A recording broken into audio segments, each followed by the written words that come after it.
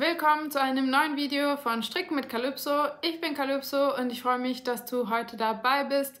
Ich habe mehrere Anfragen von euch bekommen, ob ich denn das Thema synthetische Fasern und Naturfasern recherchieren könnte, und da bin ich. Ich habe mich mit diesem Thema auseinandergesetzt und diese beiden Arten der Fasern miteinander verglichen, Vor- und Nachteile herausgearbeitet. Natürlich ist dieses Video nicht vollumfänglich, sondern muss auch für euch verdaulich und leicht verständlich sein. Außerdem habe ich mich hauptsächlich mit den Fasern auseinandergesetzt, die für uns Strickerinnen und Handarbeiterinnen relevant sind. Wenn du noch weiteres Wissen hinzufügen möchtest, dann schreib es gerne in die Kommentare.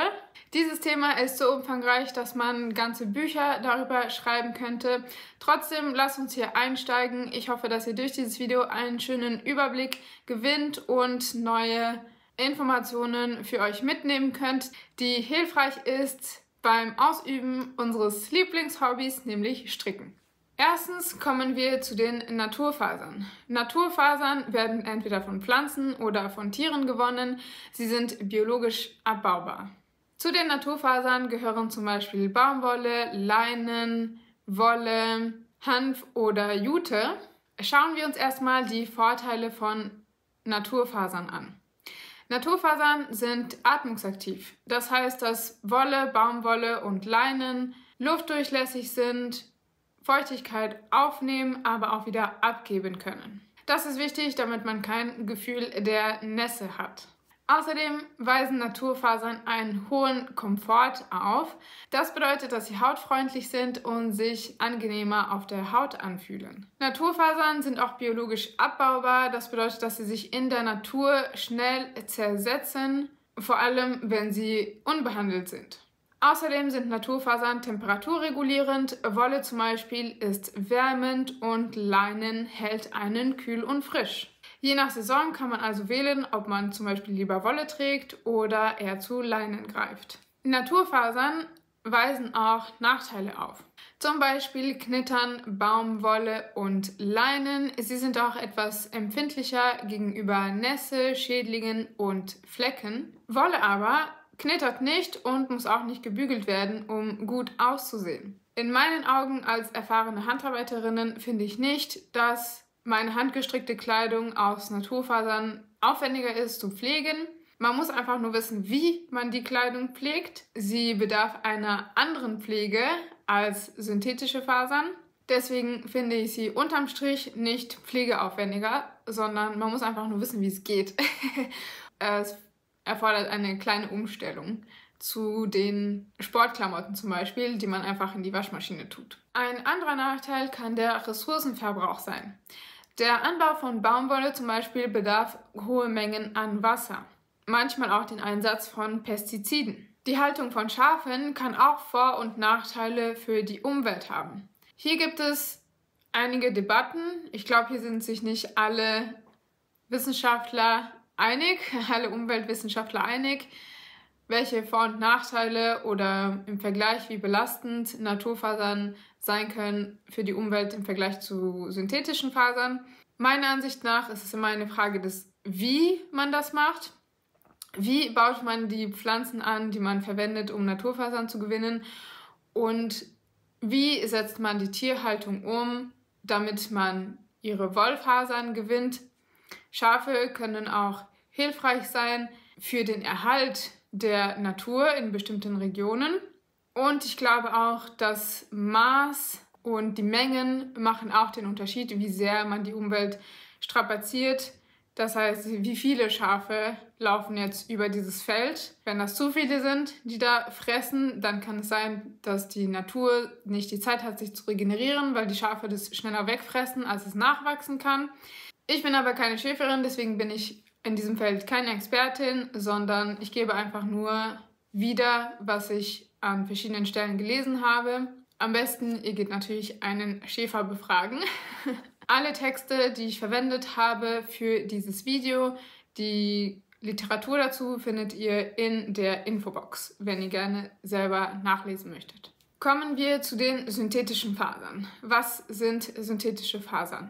Synthetische Fasern werden industriell aus petrochemischen Materialien hergestellt. Vereinfacht gesagt werden synthetische Fasern aus Erdöl gewonnen und zu Polyester, Nylon, Acryl oder Elastan weiterverarbeitet. Ihre Eigenschaften sind darauf ausgelegt, bestimmte Funktionen zu erfüllen. Synthetische Fasern haben einige Vorteile, zum Beispiel sind sie sehr widerstandsfähig, das heißt, sie sind strapazierfähig, reißfest und oft resistent gegen Schimmel oder Flecken. Außerdem sind synthetische Fasern pflegeleicht, sie trocknen schnell, knittern nicht und benötigen weniger spezielle Pflege. Schließlich sind synthetische Fasern auch kosteneffizient, das heißt, dass sie günstiger in ihrer Herstellung sind. Und wenn sie qualitativ hochwertig sind und nicht mangelhaft hergestellt wurden, dann sind sie in der Regel auch sehr langlebig. Kommen wir zu den Nachteilen von synthetischen Fasern. Sie belasten unsere Umwelt, weil sie nicht biologisch abbaubar sind. Durch synthetische Fasern entsteht Mikroplastik, das im Wasser freigegeben wird und schlussendlich in unserer Nahrungskette als Mikroplastik landet. Sie sind nicht wirklich atmungsaktiv.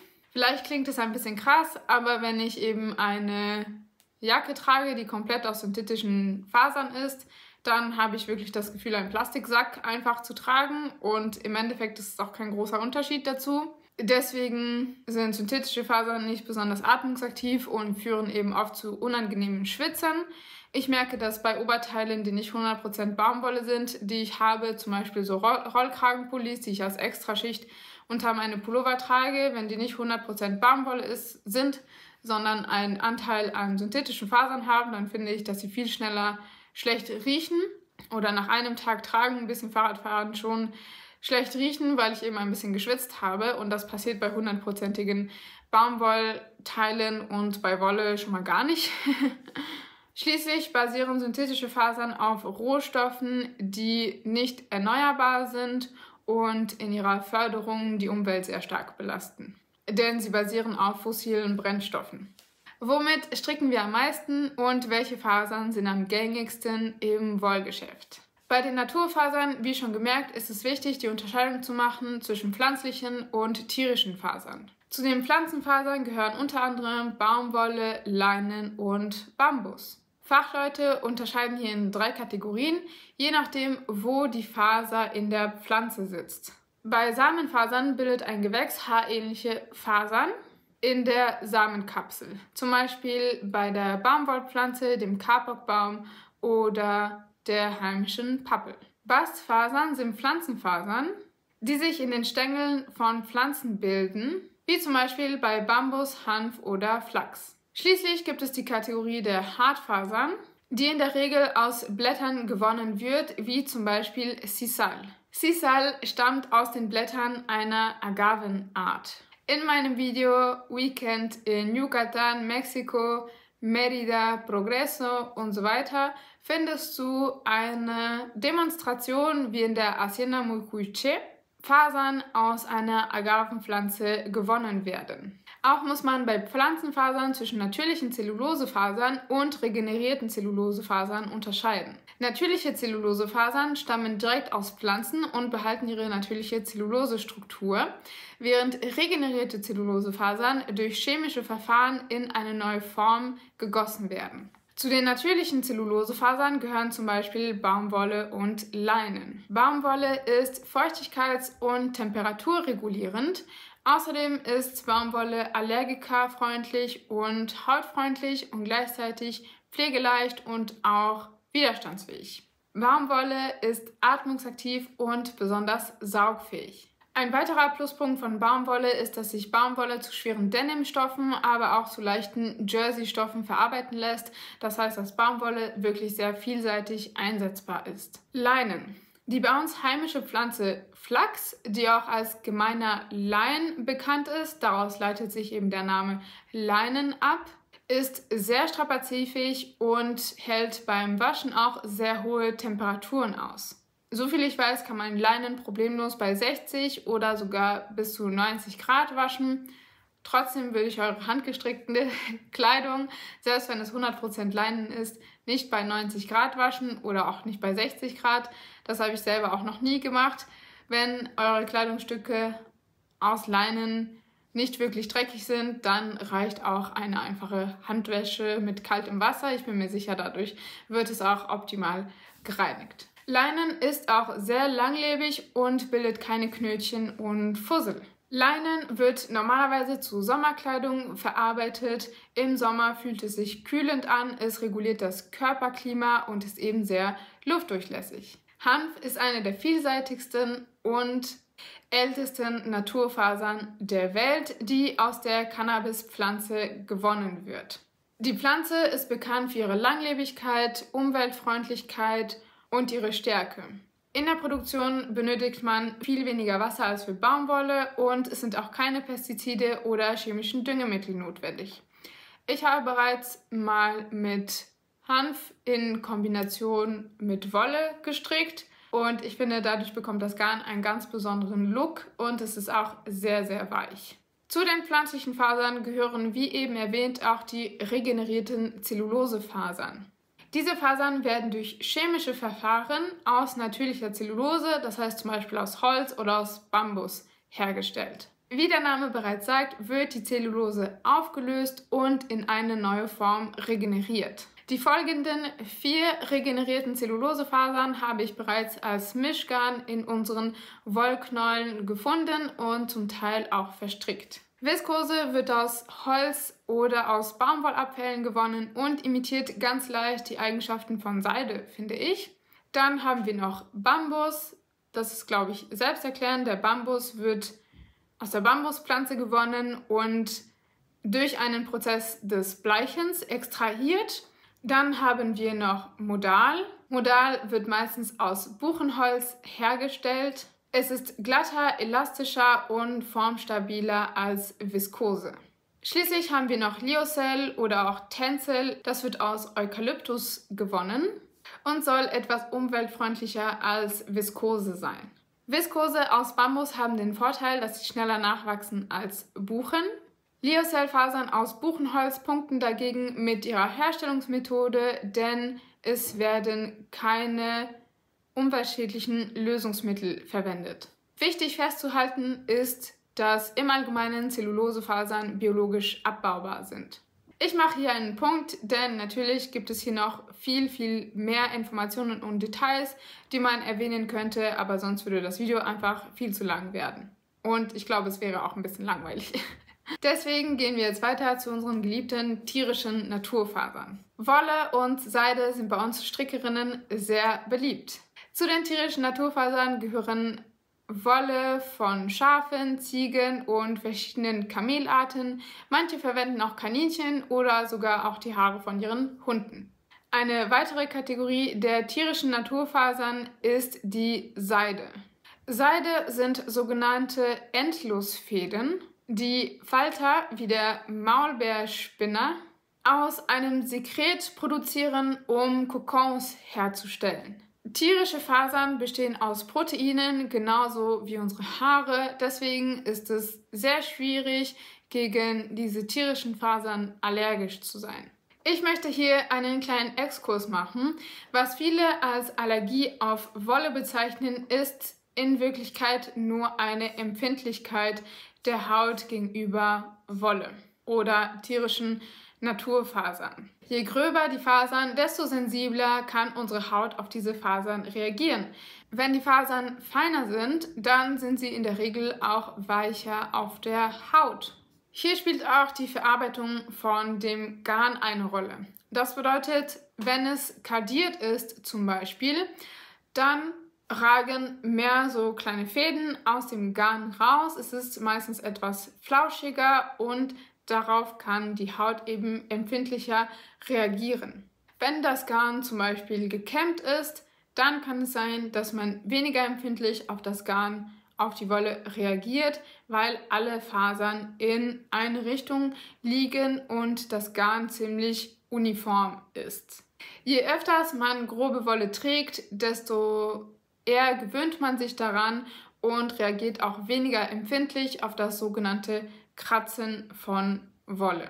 Tierische Fasern und unsere Haare sind in ihrer Struktur, Zusammensetzung sehr, sehr ähnlich, wenn nicht identisch. Und ich kann mir vorstellen, dass du nicht allergisch auf deine eigenen Haare bist. Deswegen ist so eine Allergie äußerst selten. Worauf man tatsächlich allergisch sein kann, ist auf das Lanolin. Das ist das Wollfett, das eben die Fasern umwickelt.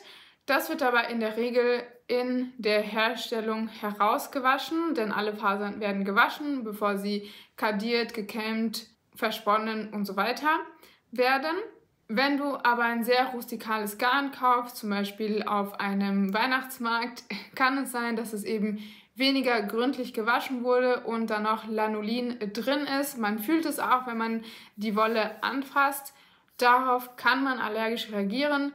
Ich persönlich finde das Lanolin super angenehm, wenn man ein Garn hat, das noch ein bisschen Lanolin drin hat und es anfasst. Das ist wie wenn man seine Hände eincremt. Lanolin wird ja auch in Kosmetik verwendet und ich finde, es riecht auch gut. Nicht alle mögen diesen Geruch, aber ich mag das gerne. Deswegen, Lanolin hat auch sehr gute Eigenschaften und ich habe noch nie von jemandem gehört, der allergisch ist gegen Lanolin, aber es kann vorkommen. Ich schließe es natürlich nicht aus. Als nächstes möchte ich euch einen Überblick über die proteinbasierten tierischen Fasern geben. Erstens haben wir Wolle. Wolle kann von Schafen, der Mohairziege oder der Kaschmirziege gewonnen werden. Der Hauptbestandteil von Wolle ist Kreatin. Das ist ein faseriges Protein. Schwieriges Wort. Die Haupteigenschaften sind Elastizität, wärmeisolierend und feuchtigkeitsregulierend. Durch die leicht wellige und manchmal schon fast lockige Struktur entstehen eben kleine Luftkammern zwischen den Fasern, die die Wärme festhalten. Dadurch wirkt Wolle isolierend bei einem geringen Eigengewicht und kann auch sehr viel Feuchtigkeit aufnehmen, ohne dass man sich nass fühlt. Deswegen finde ich meinen Wollmantel extrem toll, denn ich kann damit Fahrrad fahren, schwitzen und ich fühle mich nicht nass, denn es ist atmungsaktiv, hält mich gleichzeitig warm. Ich komme an meinem Ziel an, mein Körper fährt wieder runter und ich werde nicht krank. Im Gegensatz dazu, wenn ich meine sogenannte Plastikmantel trage oder Plastikjacke, schwitze ich furchtbar wie in einem Plastiksack darunter. Ich komme an und ich muss das Ding sofort ausziehen und sogar mein Unterhemd umziehen, weil ich eben komplett nass bin. Zweitens haben wir Haarfasern, wie zum Beispiel vom Angora-Kaninchen, von den Kamelen oder auch vom Yak. Diese Fasern bestehen auch aus Kreatin und sie sind noch wärmer als die Fasern, die ich vorher genannt habe. Drittens haben wir noch Alpakas und Lamas. Diese Fasern bestehen aus einer anderen Art von Kreatin. Sie sind hypoallergen und noch wärmer, gleichzeitig dabei noch leichter. Seide. Seide ist auch eine tierische Faser, die aus einem Strukturprotein besteht, das Fibrion heißt und von der Seidenraupe abgesondert wird. Seide ist besonders glatt, glänzend und stark, aber trotzdem sehr flexibel. Sie wird als endlos bezeichnet, weil ein einziger Faden bis zu 3000 Meter lang werden kann. 3000 Meter, das sind 3 Kilometer, das ist richtig weit. Es ist auch nicht notwendig, diese Faser zu verspinnen, da wir bereits den Faden von Natur aus bekommen. Es ist lediglich notwendig, diese Faser zu verzwirnen, zum Beispiel mit anderen Seidenfasern und/oder mit Wollfasern. Seide hat eine glatte Oberfläche und wirkt dadurch kühlend. Gleichzeitig ist sie für die kalte Jahreszeit auch geeignet, weil sie sehr isolierend wirkt. Als nächstes möchte ich auf die gängigen Wollfasern eingehen, die wir in unseren Wollknäuel finden.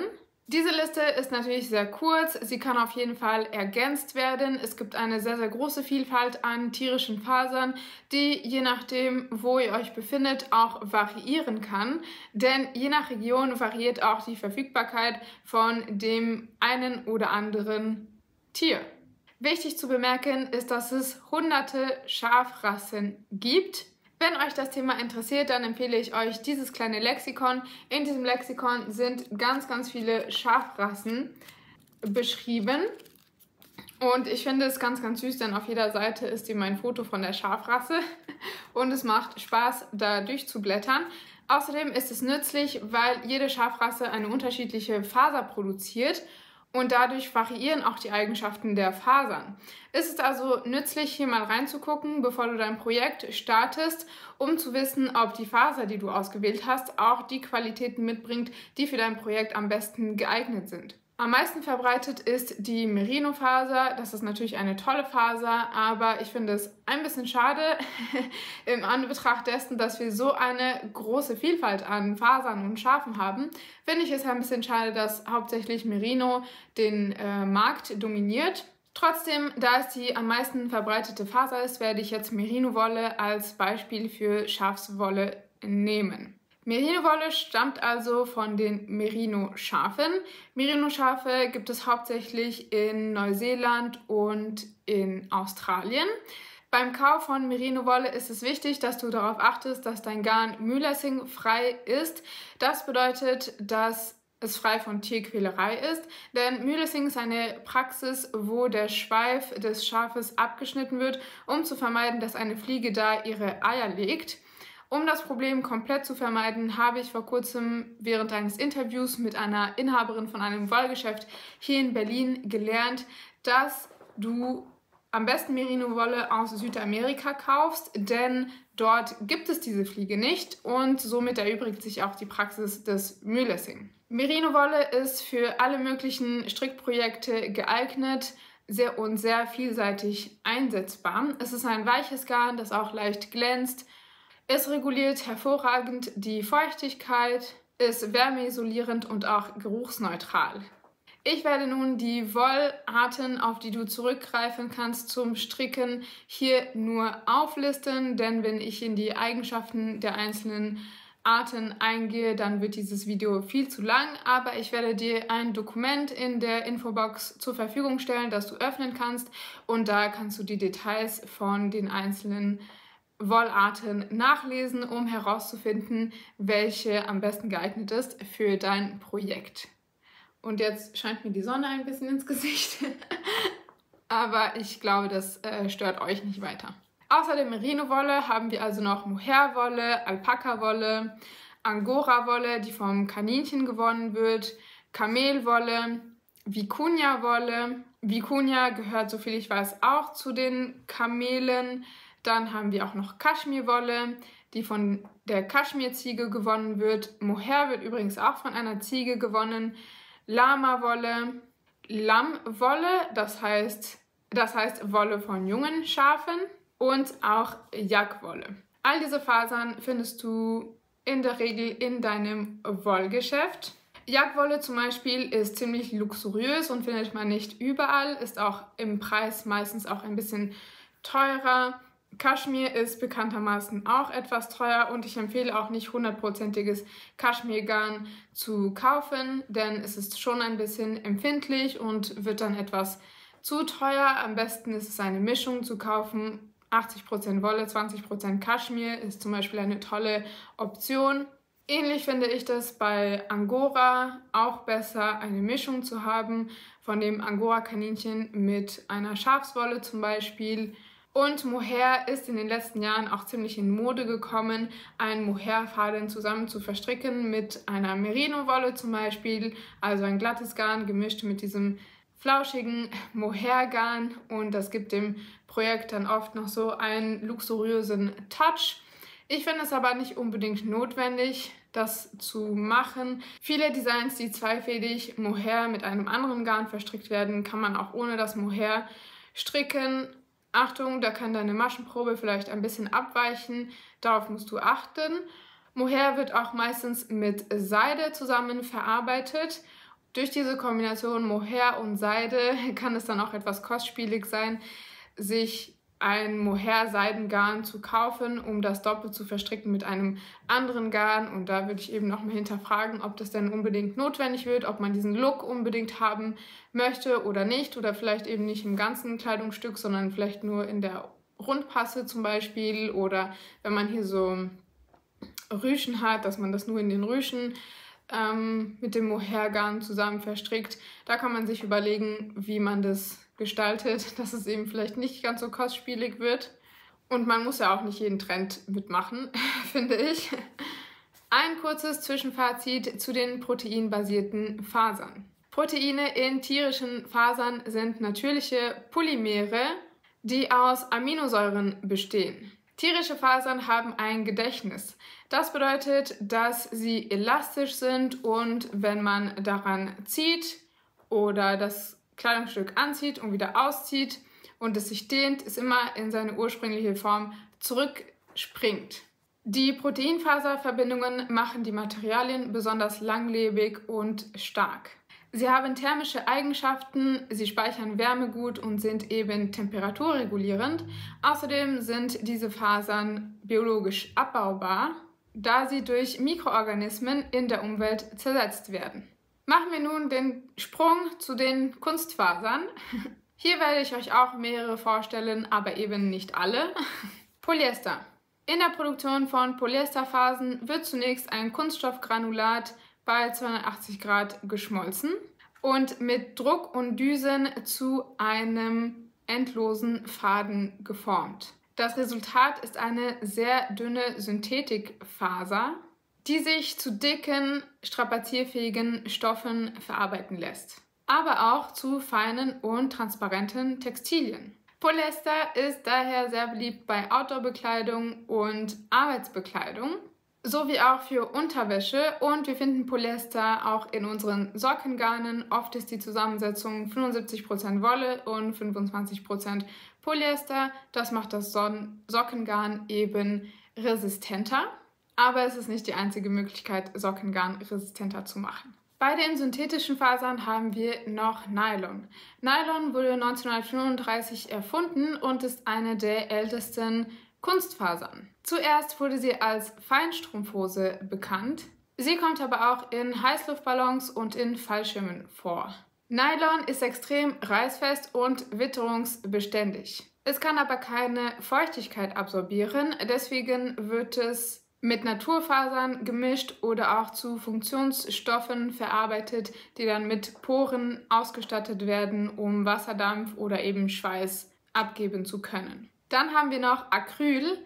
Polyacrylfasern imitieren Wolle, denn sie sind so ein bisschen aufgebauscht und flauschig. Dadurch können sie Lufteinschlüsse machen und etwas wärmen. Trotzdem, vor allem für uns Strickerinnen, wir wissen, wenn wir mal Wolle angefasst haben und dann eine Polyacryljacke, die Wolle imitieren soll, das heißt, wie Wolle aussieht, aber keine ist, sind das auf jeden Fall zwei verschiedene Welten und überhaupt kein Vergleich. Schließlich haben wir Elastan. Elastan ist, wie der Name schon sagt, elastisch und extrem dehnbar. Es wird deswegen zum Beispiel für Sportbekleidung verwendet. Nun kommen wir zum interessantesten Teil dieses Videos und zwar handelt es sich um den Vergleich zwischen Naturfasern und synthetischen Fasern. Welche Vorteile haben Naturfasern? Naturfasern sind biologisch abbaubar, vor allem wenn sie nicht behandelt sind, werden sie einfach in der Umwelt zersetzt. Es ist ein nachwachsender Rohstoff, vor allem wenn er nachhaltig angebaut oder gezüchtet wird. Außerdem sind Naturfasern recyclingfähig. Sie wirken sehr hochwertig und ihr Tragekomfort ist extrem hoch, dank der bereits genannten Eigenschaften. Wolle bleibt unübertroffen in ihrer Isolationsfähigkeit. Die behagliche Wärme, die Wolle erzeugt, vor allem in der kalten Jahreszeit, ist einfach nicht vergleichbar mit einer synthetischen Faser. Polyacryl hält zwar warm, aber es ist nicht temperaturregulierend, denn es kann keine Feuchtigkeit aufnehmen oder abgeben. Das führt dazu, dass man bei Polyacrylpullovern schneller schwitzt und der Tragekomfort eben reduziert ist. Naturfasern haben auch Nachteile. Da bin ich vielleicht nicht ganz objektiv, denn ich bin eine große Befürworterin von Naturfasern.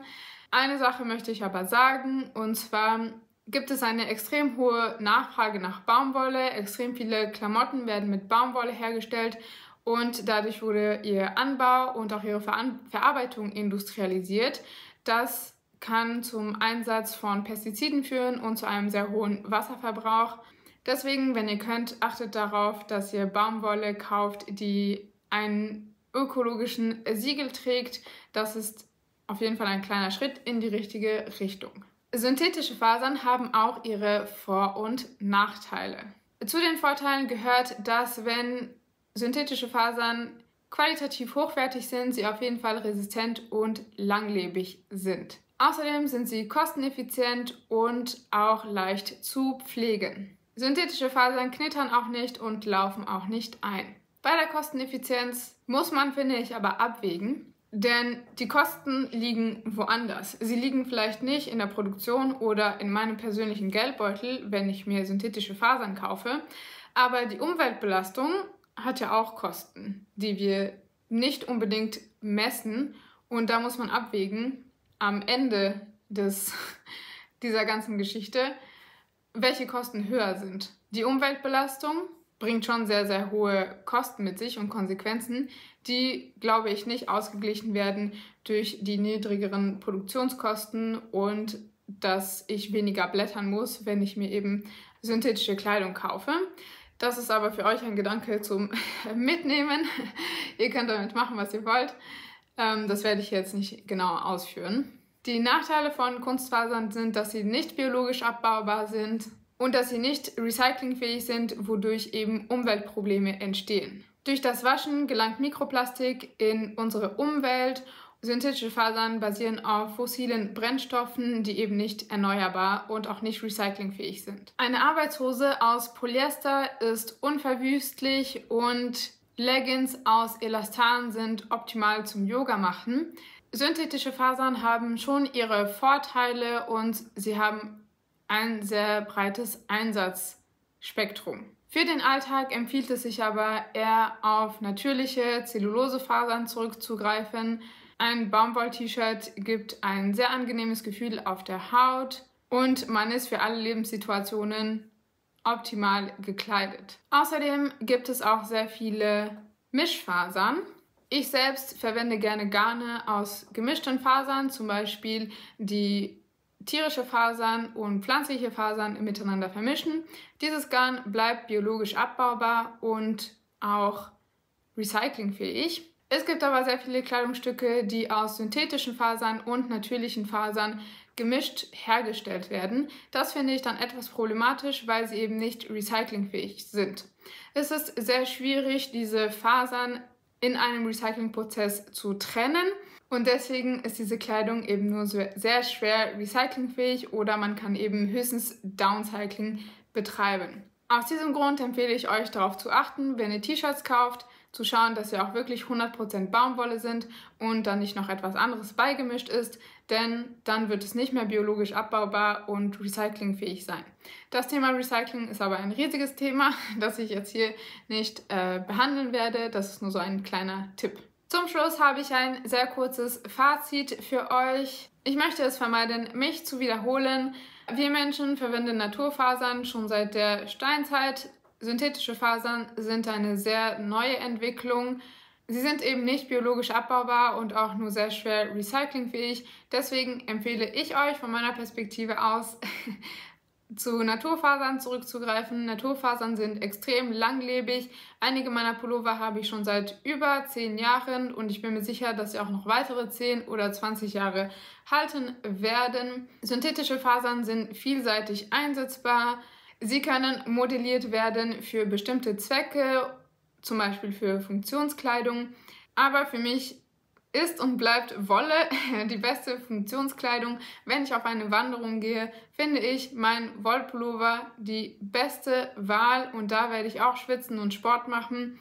Viele Marken werben mit Recycling. In Wirklichkeit sind wir aber noch gar nicht so weit mit Recycling. Es fehlt noch sehr viel an Technologie und Infrastruktur, um Kleidung recyceln zu können.